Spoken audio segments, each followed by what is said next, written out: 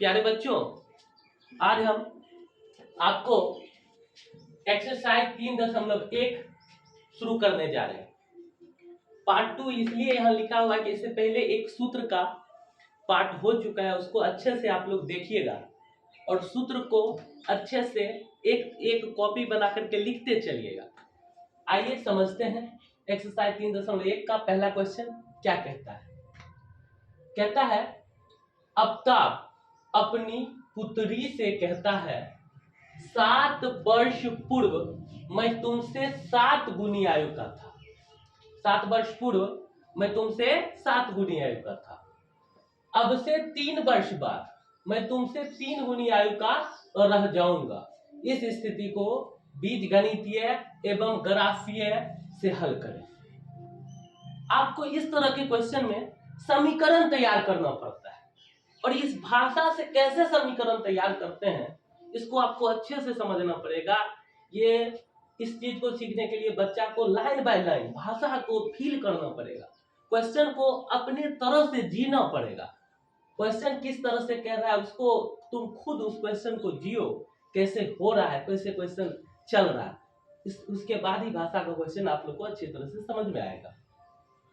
समझिए, इसको समझने से पहले, भाषा के क्वेश्चन को समझने से पहले आपको यह ध्यान में रखना पड़ेगा कि इसमें 2 व्यक्ति या 2 वस्तु भाग लेंगे।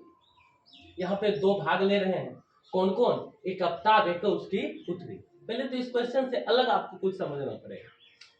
भाषा के जितने भी क्वेश्चन आपको मिलेंगे उसमें 2 व्यक्ति भाग लेंगे। यहाँ जैसे ले रहा है 2, एक आफ्ताब एक उसकी पुत्री, और आपको हिसाब को कंडीशन दर कंडीशन आपको मानने में अलग अलग मानना पड़ेगा। यहाँ आयु संबंधी हिसाब, जैसे ही आयु की चर्चा हो रही है इस हिसाब को हम लोग बोलेंगे आयु संबंधित हिसाब है।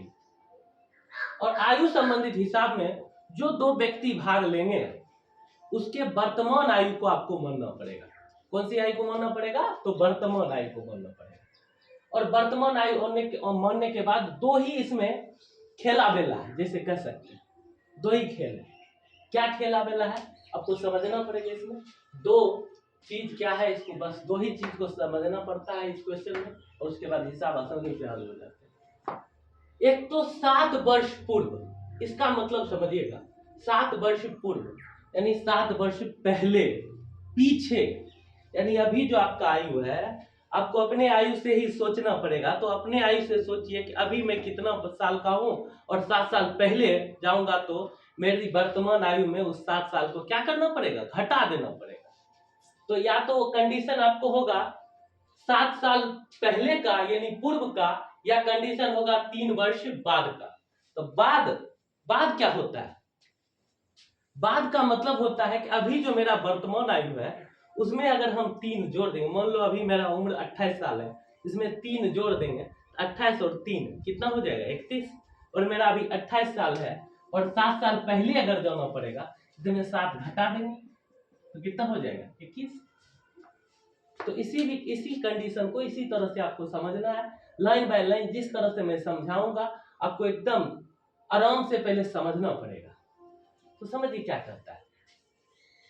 तो पहले तो आपको यह करना है कि इसमें कौन कौन भाग ले रहे हैं। एक आफ्ताब एक उसकी पुत्री।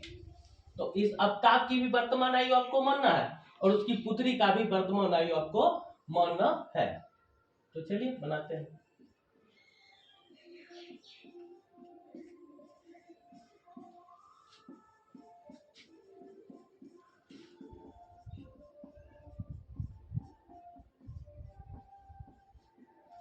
देखिए, आफ्ताब की वर्तमान आयु बराबर x वर्ष, और फिर भाग ले रहा था, माना कि तो छूट ही गया, माना कि पुत्री का वर्तमान आयु बराबर y वर्ष। माना कि आफ्ताब की वर्तमान आयु x वर्ष और पुत्री का वर्तमान आयु y वर्ष। मैंने पहले ही बता दिया है कि जो व्यक्ति भाग ले रहे हैं, एक तो आफ्ताब है, उसकी पुत्री है, ये दोनों के वर्तमान आयु को ही मानना है। आयु संबंधित आपके बुक में जितने भी हिसाब में है उसमें आपको वर्तमान आयु मानना पड़ेगा, तो मैंने मान लिया। अब इसके बाद दो ही कंडीशन को समझना। तो पहला कंडीशन समझिएगा, अफ्ताब अकॉर्डिंग टू क्वेश्चन के अनुसार दोनों कंडीशन को समझना। अफ्ताब अपनी पुत्री से कहता है, क्या कहता है? तो 7 वर्ष पूर्व, 7 वर्ष पूर्व। तो पहले मैंने बताया था पूर्व मतलब पहले। अभी मेरी वर्तमान आयु मैंने बोला था 28 साल है और 7 साल पहले, तो इसमें 7 घटा देंगे तो कितना हो जाएगा? घटा लेना, जितना हो जाएगा हो ही जाएगा। चलिए, तो 7 वर्ष पूर्व का कंडीशन पहले आपको समझना, कैसे इस कंडीशन को हल करते हैं। तो अफ्ताब भी जाएगा 7 साल पीछे और उसकी पुत्री भी चल जाएगी 7 साल पीछे। अफ्ताब की वर्तमान आयु x है। बच्चा यहीं से नहीं समझेगा ये सर 7 कहां से घटा दिए। ये जो भाग ले रहा था अफ्ताब और उसकी पुत्री, दोनों को 7 साल पीछे ले चलना है। तो बाप को तो लेके चले गए 7 साल पीछे, x - 7 और उसकी बेटी को लेके चल रहा। और यहाँ पे अपने मन से हम लोग बराबर दे देते हैं। ये क्यों देते हैं ये आप लोग समझिएगा। बराबर y - 7, दोनों में 7 साल घटा दिए। तो बराबर मतलब एक तरह से समझ लो तराजू है। तराजू, इस तराजू पे एक तरफ बाप के आयु को रख देंगे और एक तरफ बेटी के आयु को रख देंगे, तो स्वाभाविक है ये जो है ये झुक जाएगा, इसका पलड़ा भारी हो जाएगा, ये बैठ जाएगा और ये ऊपर हो जाएगा। तो हम लोग जैसे लोग इसको देखेंगे, अच्छा बाप का पलड़ा भारी है, बेटी का उठा हुआ है आयु से, तो हम क्या करते हैं? बाप ही कह रहा है 7 साल जब पहले तुम और हम जब 7 साल पहले थे तो मेरा पलड़ा तो भारी है, ऐसे भी बाप का पलड़ा हमेशा भारी ही रहेगा। इसका आयु ज्यादा है तो ये बैठ जाएगा और इसका आयु कम है तो ये उठ जाएगा। तो मैं तुमसे 7 गुनी आयु का था। बाप अब कह रहा है मैं कितना ज्यादा था तुमसे। किसको कह रहा है? तो बेटी को कह रहा है। कितना ज्यादा था? तो 7 गुनी का था। अभी जो तुम्हारा आयु है उससे 7 गुना आयु का था। तो बराबर तो मतलब तराजू पे तो बराबर ना हमको करना है। चलो, बराबर करने के लिए जो बेटी है, बेटी ना छोटा है, बेटी पर ना कुछ वजन डालेंगे, तो बेटी के आयु 7 से हम लोग क्या कर देंगे? गुना कर देंगे। क्यों कर रहे हैं? क्योंकि बाप भी कह रहा है कि मैं तुमसे 7 गुनी आयु का था। अगर बेटी के आयु में 7 से गुना कर देंगे तो बाप का आयु और बेटी का आयु बराबर हो जाएगा, इसलिए मैंने 7 से गुना कर दिया। फिर से इसको समझ लीजिए, इसका इसी कंडीशन को समझना है आपको। 1-2 बार दोहरा के आप लोग वीडियो देख करके इसे समझ लीजिएगा किस तरह से यहाँ समझा है। चलिए, अब इसके कंडीशन को हल करते हैं। x - 7, पहले ब्रैकेट जो भी, अगर क्वेश्चन को हल कर रहे हैं आप लोग आराम से सोचिए, कोई धरफड़ नहीं करना है, एकदम आराम से सोचना है। अगर इस तरह का कंडीशन है तो पहले ब्रैकेट का काम खत्म करना है। ब्रैकेट का काम खत्म करके समान रूप में लाना है क्वेश्चन। 7 गुना y 7y। अब यहां से सर पूछेगा कि सर 7y कैसे हो गया? अगर आप लोग बचपन में 7 का पहाड़ा पढ़े होंगे तो 7 को 10 ही बार तो पढ़ते होंगे, 11 बार पढ़ना है तो गुना कर देना है। लेकिन कभी y बार पढ़े थे? नहीं ना पढ़े थे। जब नहीं पढ़े थे तो गुना का मतलब ही होता है पहाड़ा। जब वहां नहीं पढ़े थे तो यहाँ भी नहीं पढ़ना, 7 और y को एक साथ करके लिख देना। इसके बाद यहाँ पे माइनस और यहाँ पे क्या है? कुछ नहीं है तो यहाँ पे प्लस है। आप लोग एक चीज और ध्यान रखिएगा, जब भी गुना करने जाइएगा तो हमेशा चिन्ह को, माइनस प्लस चिन्ह को जरूर ध्यान में रखिएगा। ये चिन्ह ना ध्यान में रखिएगा तो हिसाब गलती हो जाएगा। थोड़ा सा देख लीजिए, माइनस गुना माइनस अगर होता है तो प्लस, प्लस गुना प्लस तो प्लस, माइनस गुना प्लस तो माइनस, प्लस गुना माइनस तो माइनस। यहाँ पे जो कंडीशन बना माइनस गुना प्लस तो माइनस।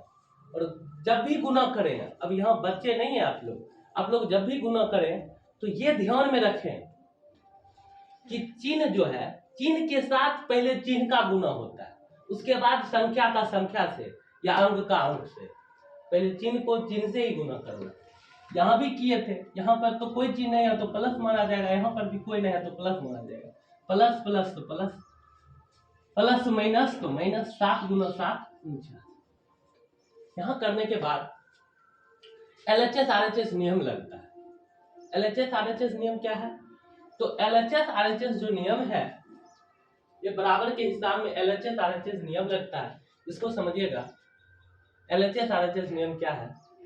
LHS RHS नियम का मतलब है कि इधर वाला जो पार्ट होगा इसको कहते हैं लेफ्ट हैंड साइड। बराबर के इधर वाला जो पार्ट, ये देखो तो यहाँ मैं खड़ा हो जाऊं तो ये जो हाथ है मेरा बायां हाथ है और ये जो हाथ है दाहिना हाथ है। इधर राइट हैंड साइड, यहाँ दाहिना हाथ, इधर जो उपस्थित रहता है अक्षर। इसका मतलब है कि बामा तरफ यानी कि लेफ्ट हैंड साइड चर, यानी जो ABCD जो लगलका जिसमें होगा उसे आप बामा तरफ ले आए। तो यहाँ पर x यानी ABCD लगा हुआ है, इसको ऐसे ही छोड़ देते हैं। इधर -7, इसमें तो ABCD लगा नहीं है, इसको यहाँ पे नहीं उतारेंगे। और इधर क्या है 7 हुआ, इसको इधर उठा करके इधर ले लें। तो जब LHS RHS नियम लगता है तो एक काम होता है, अगर दाहिना तरफ से यानी राइट हैंड साइड से किसी को लेफ्ट हैंड साइड की तरफ लाएंगे तो उसका चिन्ह बदल जाता है। कहने का मतलब प्लस माइनस में हो जाता है और माइनस प्लस में हो जाता है। तो चलिए यहाँ पर कोई चिन्ह नहीं है तो प्लस में था, इधर आया तो -7y बराबर, यहाँ पर पहले से ही मौजूद है -49। और अब इसको छोड़े थे, अब हमने क्या बोला था अक्षर, यानी चर मतलब होता है A से लेकर के Z तक और अक्षर होता है 1 से लेकर के अनंत तक।